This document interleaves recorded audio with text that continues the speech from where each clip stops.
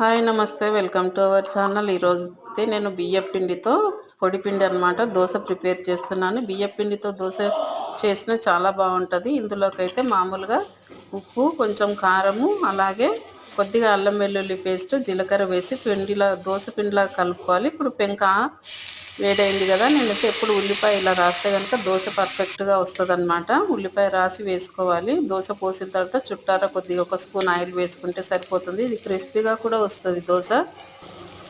మామూలుగా బియ్యం మినపప్పు రుబ్బి చేసేదానికన్నా ఇట్లా చేసుకుంటే కూడా అప్పుడప్పుడు ఇది కూడా చాలా టేస్టీగానే ఉంటుంది. ఇంకా అంతే, దోశ అయితే రెడీ అయిపోయింది. ఇప్పుడు ప్లేట్లో వేసుకొని మామూలుగా దీనికోసం అయితే నేను పల్లి చట్నీ ప్రిపేర్ చేశాను అనమాట. పల్లి, కొంచెం చింతపండు, ఉప్పు, కారం, అలాగే ఎల్లిపాయలు వేసి పచ్చడి అనేది ప్రిపేర్ చేసిన. చింతపండు కూడా కొద్దిగా వేసుకోవాలి. ఇంకా టేస్ట్ అయితే బాగుంది, తిని చూశాను నేను. Okay, thank you.